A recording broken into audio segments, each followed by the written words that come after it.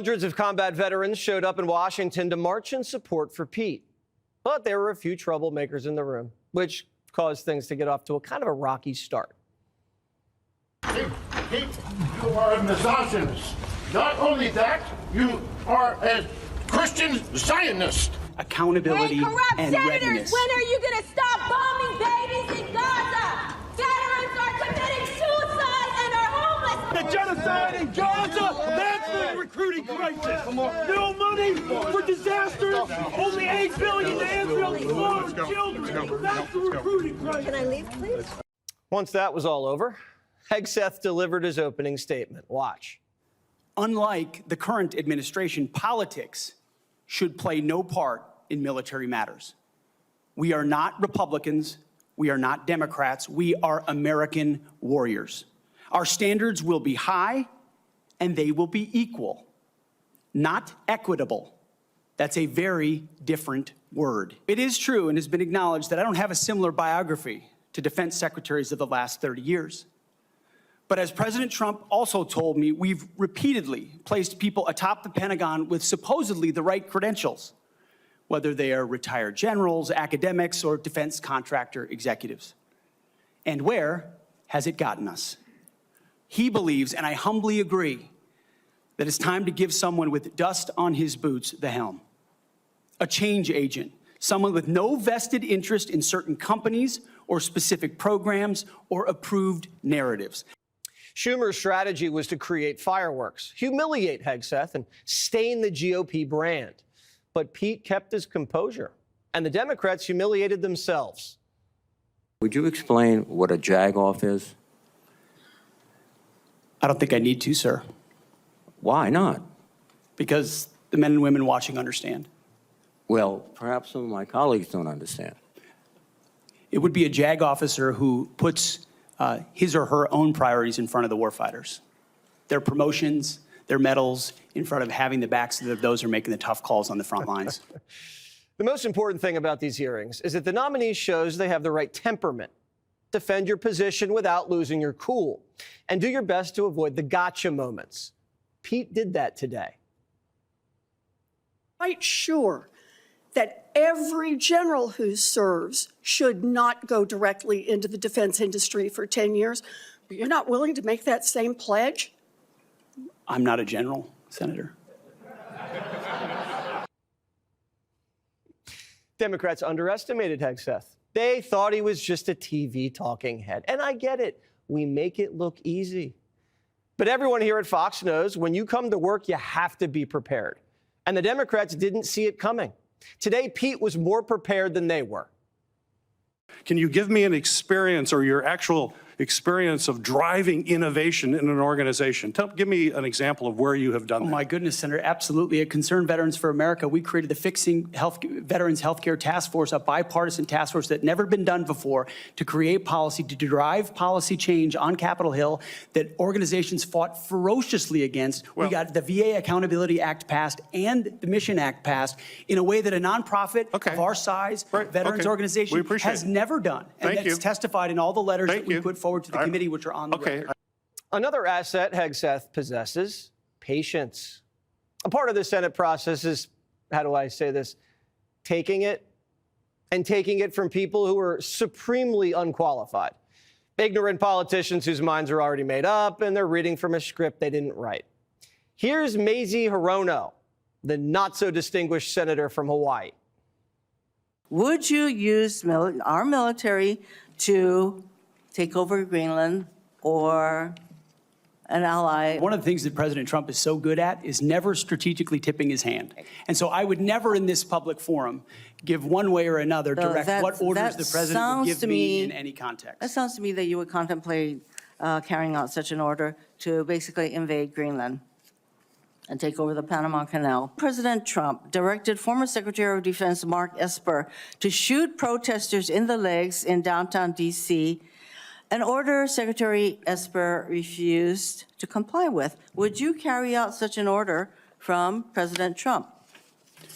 Senator, I was in the Washington, D.C. National Guard unit that was in Lafayette Square during those Would you events, carry holding out a an riot order to shield on shoot behalf of my protesters? country. Well, that sounds to me that you will Chaos. comply with such an order. You will shoot protesters in the leg.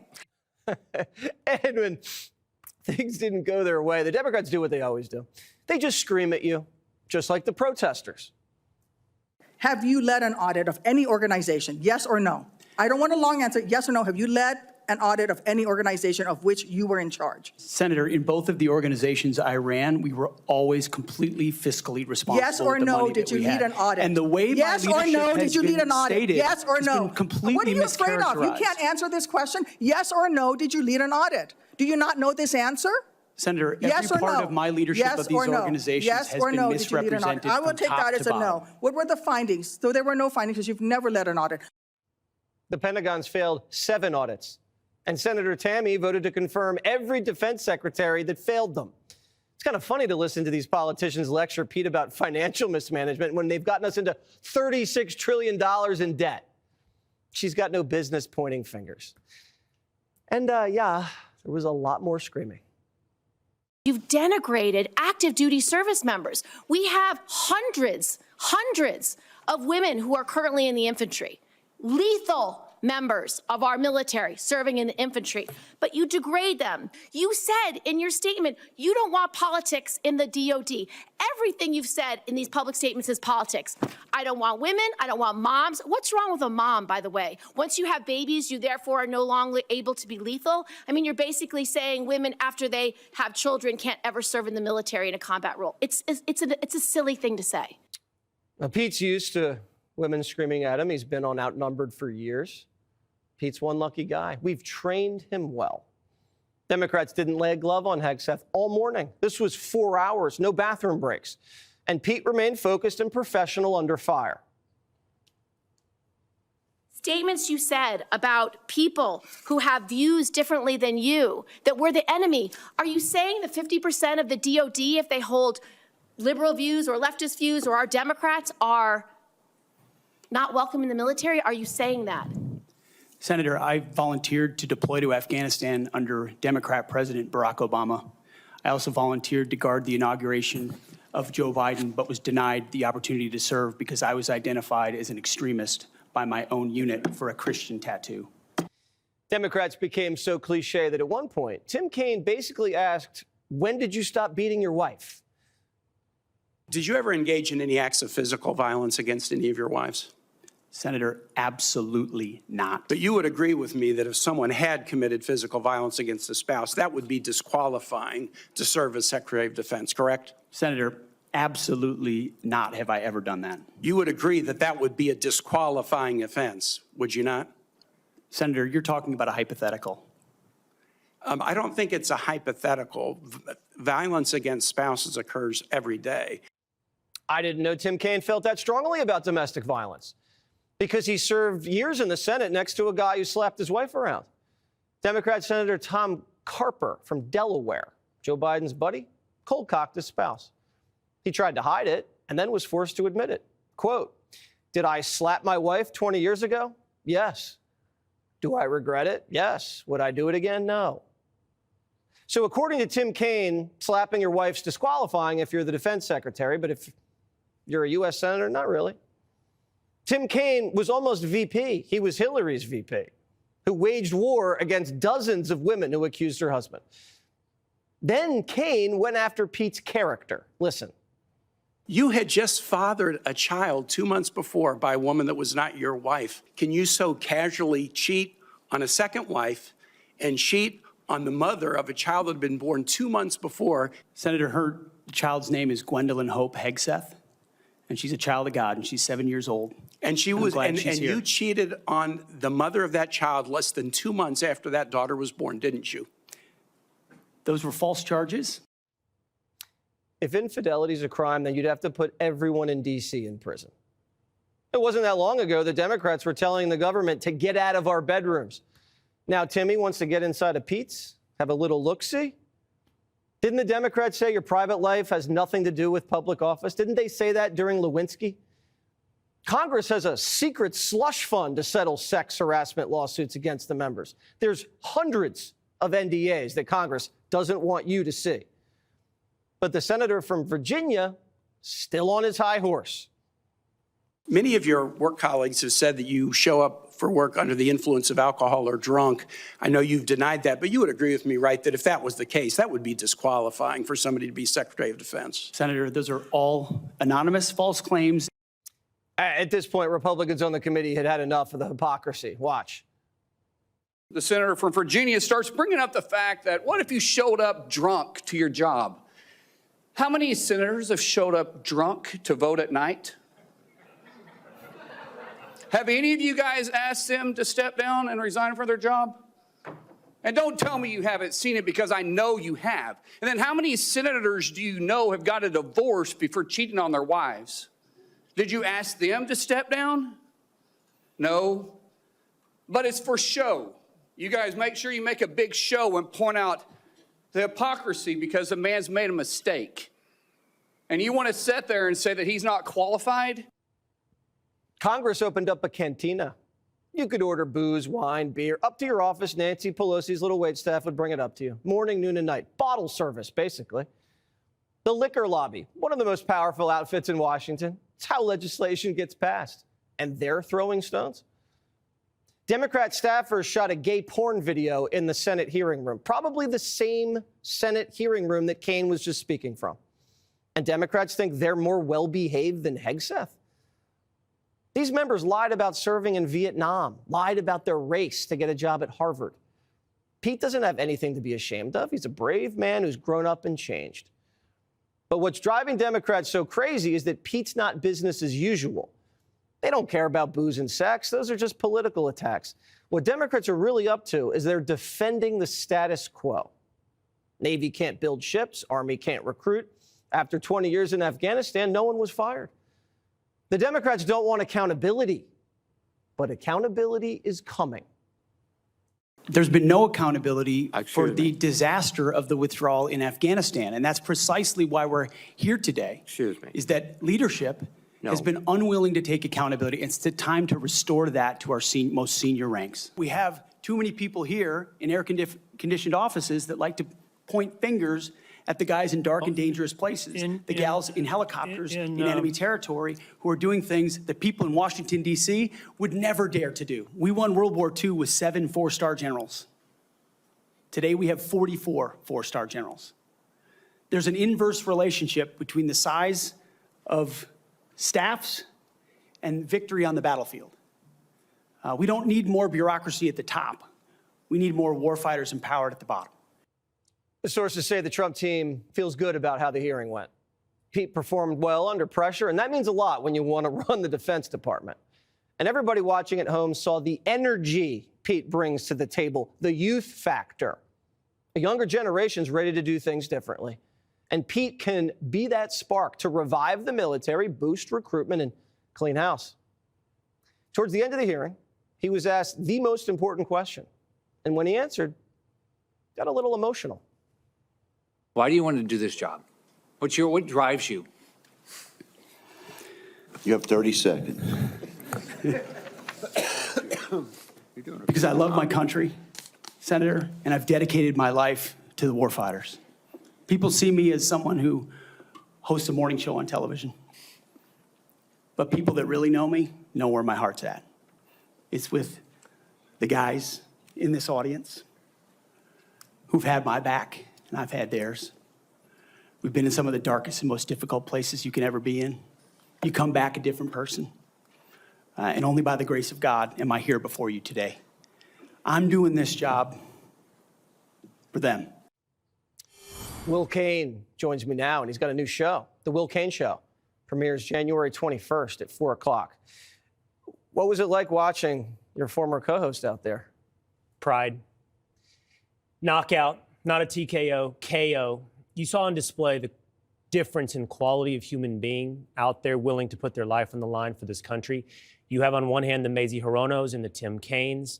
On the other hand, you have Pete Hegseth. And yes, he was prepared and patient and eloquent, and he put on a great performance. But Jesse, do you know why he's capable of making a great performance? It is true, because you and I and he, we've done this for a living. We speak publicly. It's what we do. But it's something more than that. It's because everything he had to say didn't have to be a performance. It's authentic. He believed it. He's principled. I know this man. You know this man. He was asked a couple things, Jesse, I just want to say about priorities. First of all, personal priorities. He said, God, family, country. It's easy when you know where you're grounded. You're not ever going to be put on the spot. You're not going to be flustered. You know your priorities. And for this job and what he offers to the United States of America, he knows the priorities. The lethality of the United States military. He'll never be flustered. He won't be confused on the job. He's grounded. He's principled. The way the Democrats attacked him today, what does that tell you about the next 4 years? Well, I guess it's a precursor, Jesse, perhaps to the next couple of days, what we'll see in other confirmation hearings. Performance, showmanship, mudslinging, Tim Kaine, wallowing, squatting in a pigsty, throwing mud. And I expect we'll probably see something similar as we go forward when it comes, of course, to Donald Trump. You'll see obstinance that will try to get in the way of what will be a golden age of America. I truly believe that we're on the precipice of something special in America. And they will do everything in their way to stand, I don't know, I guess for the status quo, I guess for the military-industrial complex, I guess for forever wars, I guess from change agents like Pete Hegseth, and everyone else nominated by Donald Trump. So you have a new show at 4 o'clock. It's right before a show at 5 o'clock. Yeah. So we're going to need a little bit of a rocket ship out of you at 4, okay? A lot of pressure. We need a lot of help. I couldn't be more excited. I couldn't be more grateful to Fox. I am so thrilled to do the Will Cain Show, 4 o'clock on Fox. I know I need to give you a good lead in. I've had good models. I've had good inspirations, and I just can't wait. Well, congratulations. You deserve it. Thanks, man. Thank you. Hegseth just picked up a major endorsement. Moments ago, Senator Joni Ernst announced she is going to vote yes to confirm him. Welcome to Hannity. A huge day on Capitol Hill. The very first confirmation hearing of the new Trump era is now in the books, and the president-elect's pick for Defense Secretary, our friend, former colleague, Pete Hegseth, did a phenomenal job. He dominated the room, made Senate Democrats look foolish, petty, unprofessional, desperate, and he did it with dignity and grace. Now, the same cannot be said for the minority party in the U.S. Senate. As I predicted, I told you they would revert to form, revert to their default position, which is to smear, slander, besmirch, attack, and frankly, waste everybody's time. While they should have been asking questions about, let's see, hypersonic missile technology, the gap of vulnerability in our military, the next generation of warfare, future wars will be fought in air-conditioned offices, not on battlefields. While they should have been concerned about Donald Trump's idea for an Iron Dome and military dominance, they were not. Instead, these senators, they just attempted the predictable. Let's bork him. Let's do to Pete what they did to Clarence Thomas. Let's Kavanaugh Pete Hegseth. Identity politics, a woke military, DEI, their top concern. There were almost no questions about Pete Hegseth's qualifications, his real vision, his real achievements. Nothing about his military deployments for the most part to Iraq, Afghanistan. You had several Democratic senators screaming and shouting and putting on a show, all while pushing these personal attacks. But got to give the worst performance. That belonged to Virginia Senator Tim Kaine, of all people. I found it actually comical. His line of questioning today, well, in one way it was creepy. It was beyond unprofessional, degrading, hypocritical, but not just to Pete, his entire family. That was sad. That was the sad part of it. Now, Kaine evoked Hegseth's young daughter and wife, even brought up Hegseth's wedding vows. Kaine's behavior today was disgraceful beneath the office that he supposedly serves, but it was also so hypocritical. Let's take a look at your screen, shall we? This was Tim Kaine. He was Hillary Clinton's running mate when they lost in 2016. And here is Tim Kaine. Take a look right there, gazing lovingly into Bill Clinton's eyes. And here he is next to Clinton with a creepy grin from ear to ear, you know, and a big thumbs up. Did he ever ask Bill Clinton about the rape allegation of Juanita Broderick, or Bill Clinton exposing himself to Paula Jones, or his relationship with Monica Lewinsky, or the sexual assault allegations by Kathleen Willey? No, I don't think he ever did. He was perfectly fine never bringing up real allegations of Bill Clinton, rape, sexual assault, exposing himself having sex with an intern. And frankly, the Democrats picked the perfect guy to drown themselves in hypocrisy. In fact, just see if you can spot the difference between Kane's rhetoric surrounding Clinton versus his questioning today. It's not hard to pick up. You'll like this. Take a look. So you think you are completely cleared because you committed no crime. That's your definition of cleared? You had just fathered a child 2 months before by a woman that was not your wife. I am shocked that you would stand here and say you're completely cleared. Something you said back in, I think, 2002 about former President Bill Clinton, that he should resign if the scandal, the Lewinsky scandal, turned out to be true. Do you still hold true to those words you said back then? I had some feelings of disappointment back then, but, and that's now 20 years old. Past controversies aren't that important to me now. Yeah, I mean, so do you think your feelings have changed? It was a feeling I had at the time, but now I'm thinking about what do we do to help this country be strong, and so past controversies don't have anything to do with that question. Tim Kaine, loser, always has been, always will be, classless, self-important career politician with few actual real achievements. Pete Hegseth, he was serving in Iraq and Afghanistan and Gitmo. Tim Kaine, he was running for office over and over and over again. He's the embodiment of everything that is wrong with the Washington swamp, but he's not alone. Today, many Democratic senators, they disgrace themselves. At one point, Elizabeth Warren almost got laughed out of the room. Take a look. Will you put your money where your mouth is and agree that when you leave this job, you will not work for the defense industry for 10 years?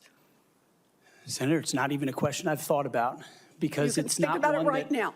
It's not one, my motivation for this job I understand has never that. I been just about need what a could yes or no conceivably here. come next. Time is short. I just need a yes or no. I would consult with the president about what the policy should be In at the Defense other Department. words, you're quite sure that every general who serves should not go directly into the defense industry for 10 years.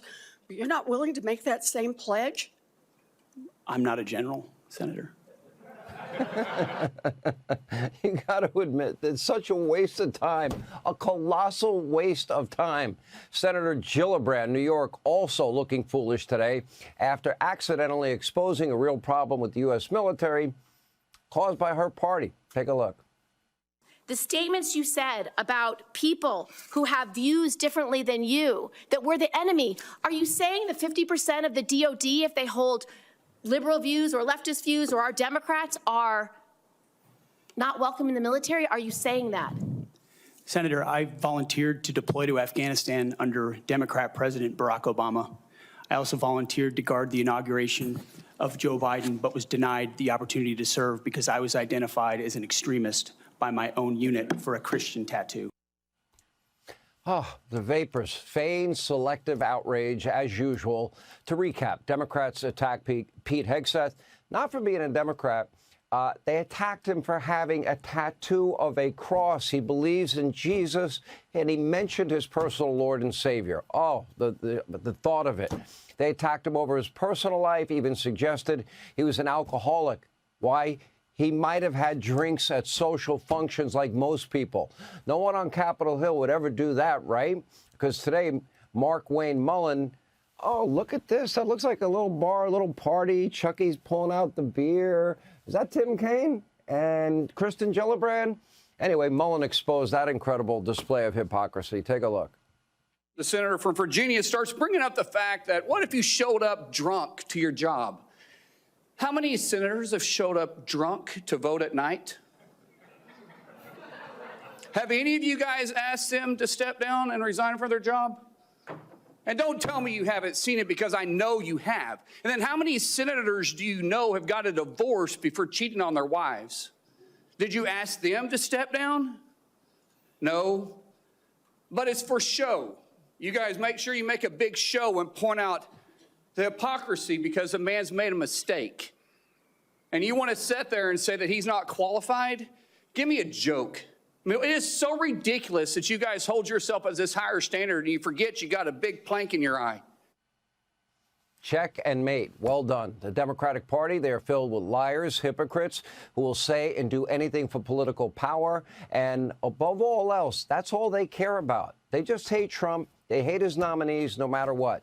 The good news tonight, they did not lay a glove on Pete Hegseth.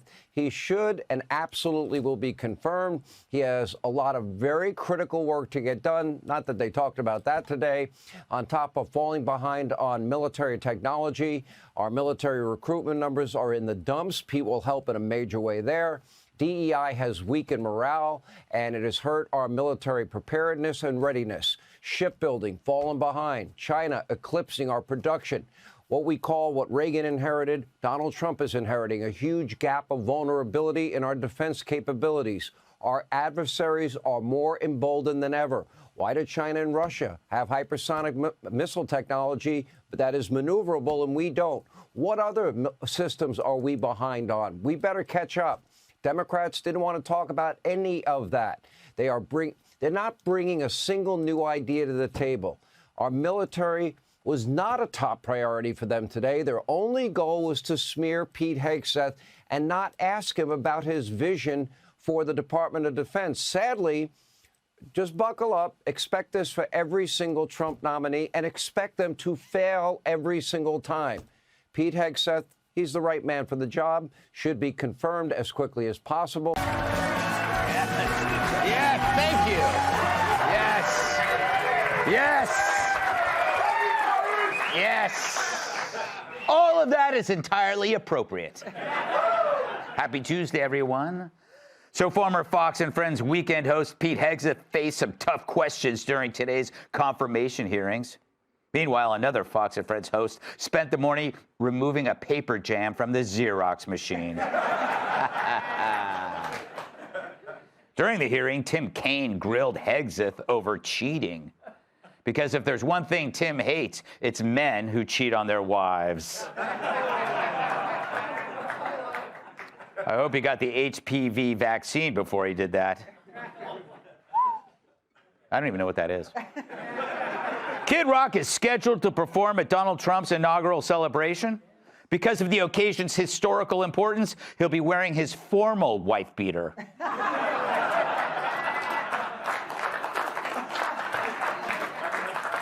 Slingshot. Starbucks customers will now have to buy something in order to use the bathroom, especially if they're leaving a grande.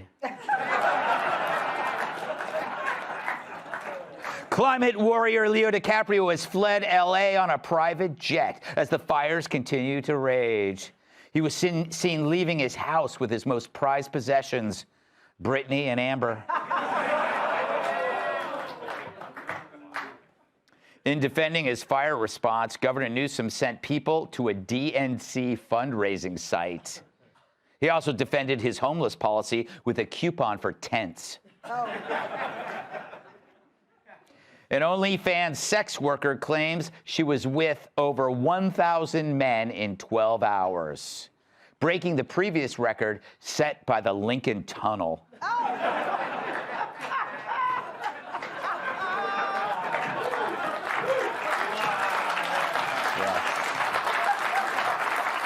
I know. Yeah. Mark Zuckerberg ordered the removal of tampons from men's bathrooms at Meta. Tim Waltz said this means war. Which means he then ran away. Kevin O'Leary claimed Donald Trump shot a 68 at Mar-a-Lago, with Chicago Mayor Brandon Johnson replying, "Big deal, we shoot that many over a holiday weekend."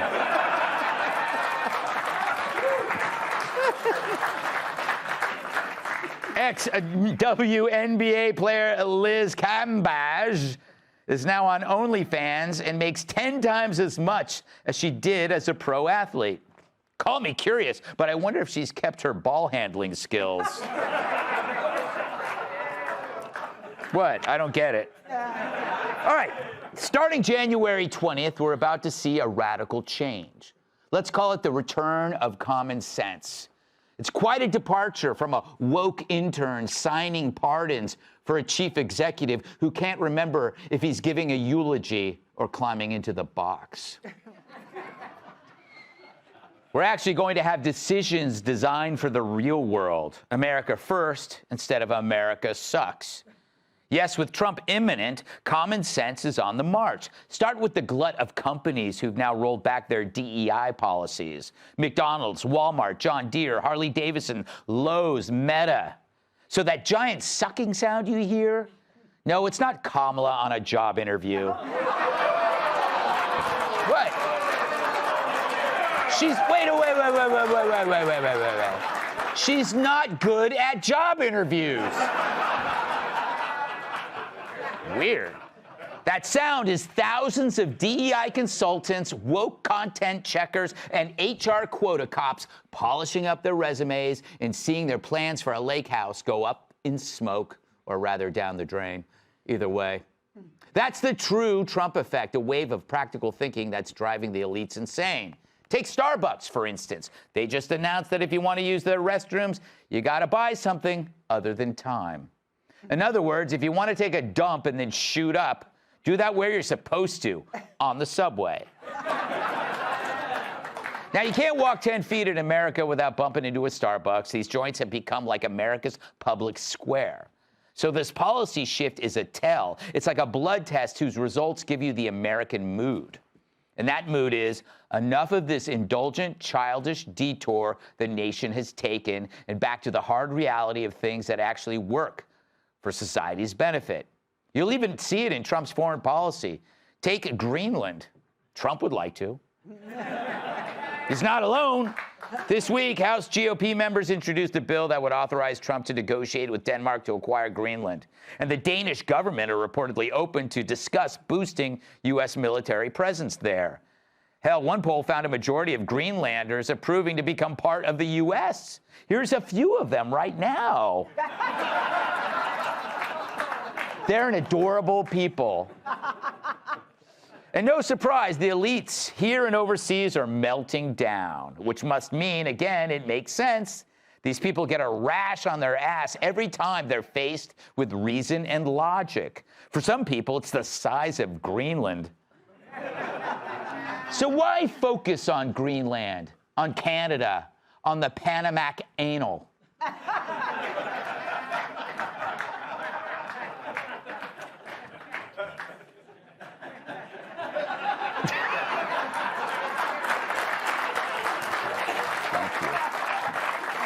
Thank you. Your fault. Back to the monologue. But it's simple. Shipping, prices. Trump has vowed to bring down inflation, and he knows that the cost of moving goods in an age of global trade has the greatest impact on the prices Americans pay. Can you imagine Biden or Kamala knowing something like that? I guess it's not price gouging after all, you dumbasses. But what Trump is really doing is creating leverage. Something the last president needed to get himself out of bed. But it's leverage to ensure that as new shipping lanes open up in the Arctic, America isn't literally left out in the cold, while Russia and China assert themselves up north and south too in the Panamac anal.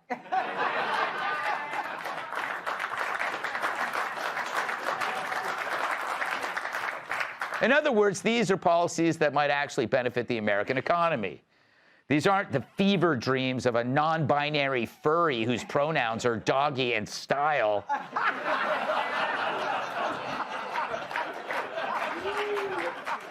And people who know the global economy get this. So what about those evil tariffs? Listen to J.P. Morgan CEO Jamie Dimon school Leslie Stahl on Trump's tariffs. But what about advice to him on some of the policies that he's threatening to do that could hurt the economy? For instance, tariffs. I have not spoken about tariffs. I think you should read The Art of the Deal. You know, he's a negotiator. He lays out some very tough things, and sometimes it works. We have to worry more about national security, resiliency, diversified supply chains, and we didn't. Tariffs are a way, are a tool, properly used, that can help get some of those issues resolved. You think it is a legitimate negotiating tool? Absolutely. Also, you're a tool. Put that in your stall, Leslie. So you need more proof that common sense is returning. The owner of the LA Times just admitted his paper's endorsement of Karen Bass for mayor was an error. Wow, you think? That's a gutsy take. Next, he'll say it was a mistake to smoke cigarettes on the Hindenburg. So it seems common sense is spreading faster than crabs at Larry Kudlow's seafood bonanza. The backlash has backed off. Bottom line, January 20th is really going to be about the return of the adults. So enjoy your playtime, kiddos. In 6 days, recess is over. Let's welcome tonight's guest. He was in the Shark Tank, and now he's in my hot tub. Shark Tank star Kevin O'Leary. She traded the sidelines for the headlines. Host of the Michelle Tafoya podcast, Michelle Tafoya. Someone gave her a baby shower, but she still uses her regular one. New York Times best-selling author and Fox News contributor, Kat. And for him, all golf is miniature golf. New York Times best-selling author, comedian, and former NWA world champion, Tyrus. No. Kevin, you are a businessman, a wealthy businessman, a billionaire, and you're watching this kind of unfold. And what is your take on this? As seeing that, like, what? It seems like the right moment for somebody who's a builder, who knows business, comes into power. And I tell everybody about Trump, you have to learn how to distinguish the noise from the signal. He says outrageous stuff. He's bombastic. But in the signal are some really interesting opportunities. I mean, you know, I'm going to buy Greenland sounded so dumb just 4 days ago. Maybe there's something there. Maybe they don't buy it. Maybe they become the protectorate. They buy that from Denmark. So many different deals. This guy's a real estate deal guy. What we do in real estate, and you're going to buy something, and I do this too, plant of equipment. Let's say I think it's worth $100 million. I go there with the agent and the seller. I go to the boiler room and I say, oh, look, a rat. Yeah. It's a rat, isn't it? It's not worth $100 million. It's $20 million. Let's start there. That's what's going on here, whatever he's talking about. Everything's in negotiation. See, I would buy Greenland, and then I would sue false advertising, not green.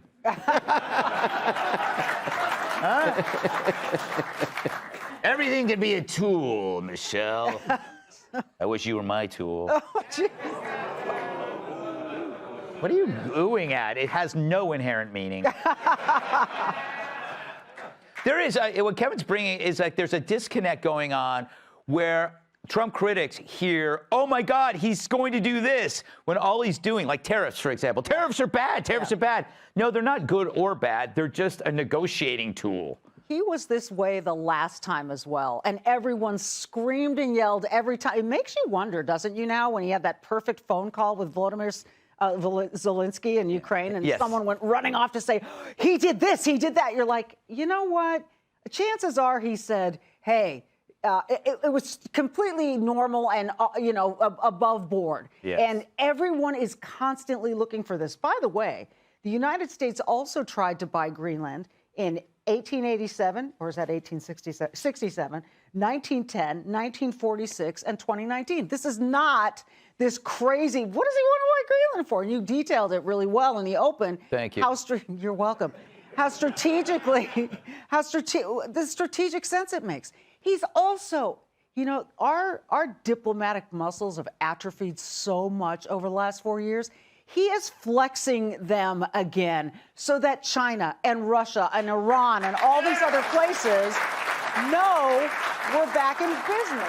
I will say one more thing, Greg. The rapidity with which all this stuff, this common sense is returning and all these rules are changing and people are scrapping DEI, it shows how performative all of that stuff was. Right. It didn't work. Yeah, we talk about the strategic location of Greenland, but we can't forget the Panamac anal. Kat, it's right down there. Down there, it's very small, very tight. And right now, the Chinese seem to be running the place. I want to get the Chinese out of the Panamac anal. Get out of there. Ah. Anyway. I feel bad that you don't get to go on maternity leave. Give me a couple weeks. We'll see what I can do. You know, I think actually that some of the kind of outlandish stuff that Trump says is why people voted for him, actually. And I think it's kind of a reaction to being told for so long that you can't say certain things. I mean, compare the two. For a while, remember, I've brought this up before, when Kamala was actually doing that thing where she was like, hi, my name is Kamala Harris, and my pronouns are she, her, and I'm wearing a blue dress. Yeah. Compare that to the guy that's like, I think we should buy Greenland.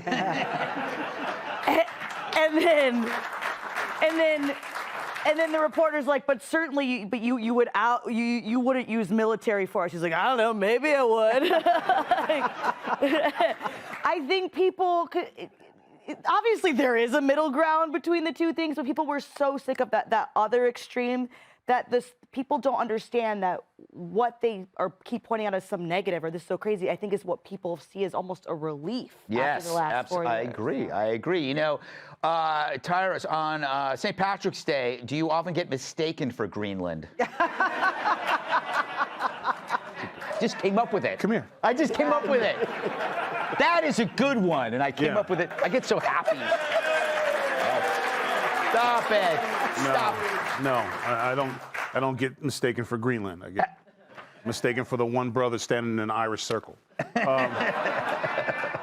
Listen, he's doing something that is completely foreign to this administration. He's talking from a position of power. And when you have a position of power, you can say, like, we're going to take it. But what is that? He's probably not going to buy Greenland. But what Denmark is saying is, we don't want to sell it, but you are more than welcome to install your military there, which was the whole point in the first place. So when you're from a position of power, because the other side is Denmark's going, he could take it. I mean, after all, they have bikes and snowballs. It's not going to last long.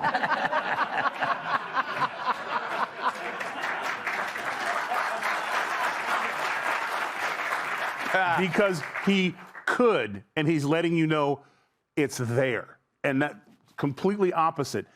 It was an apology tour in his last administration where the first thing they do is like, we're so sorry for your oppressed people. We're so sorry for this. We're so sorry for that. And they're like, oh, this is going to be awesome.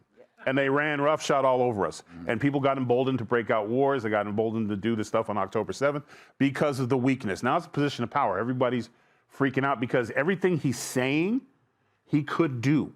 But he's making them an offer they can't refuse. So at the end, we'll have our military installations in Greenland, whether it's New Greenland or New Texas or just regular old Greenland.